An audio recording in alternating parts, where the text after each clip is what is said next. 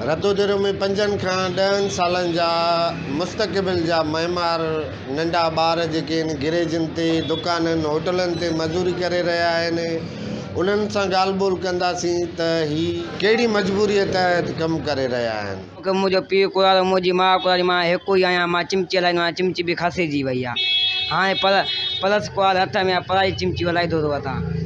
200-300 कमाया थो उहे घर में ई पूरा दिलि चए थी स्कूल वञा, बसि चिमचीअ ते पेट पले थो असांजो बि। ग़रीब आहियूं असांजो कादो 4 भाइर आहियूं, 2 नंढड़ा आहिनि, हिकु मां आहियां, ॿियो मूंखां वॾो आहे। 2 गैरेज ते कमु कंदा आहियूं, 200 ॿिन्हिनि खे मिलंदा आहिनि।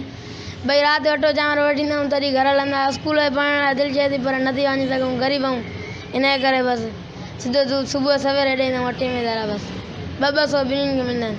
हा बसि चांवर अटो वठी ईंदा आहियूं, बसि 100 बचंदा आहिनि, वरी उहो घर ॾे ईंदा आहियूं भाॼी भाॼीअ लाइ।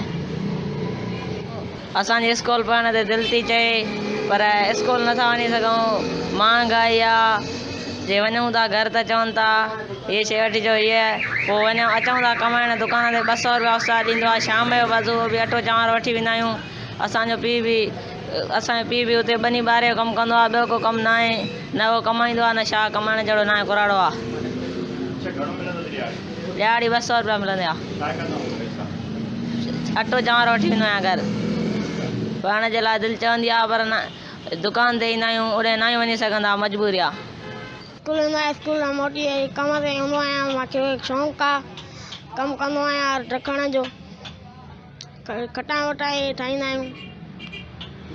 सुबुह जो स्कूल वेंदा आहियूं, स्कूल मां मंझंदि जो मोटी दुकान ते ईंदो आहियां, दुकान ते ईंदो आहियां, कमु कंदा आहियूं।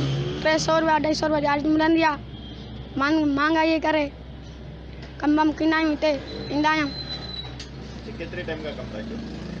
घणो टाइम थी वियो आहे? चवणु हुयो त असां गुरबत जे करे जेको आहे सो स्कूल छॾे पंहिंजो हिते गिरेजनि ऐं दुकाननि ते मज़दूरी करे रहिया आहियूं। हितां मिलंदड़ 200-250 रुपया उजरत मां घर जो सामान वठी गुज़र सफ़र कंदा आहियूं। कैमरा टीम सां गॾु अब्दुल हफीज़ जलवाणी, आवाम जो सहारो।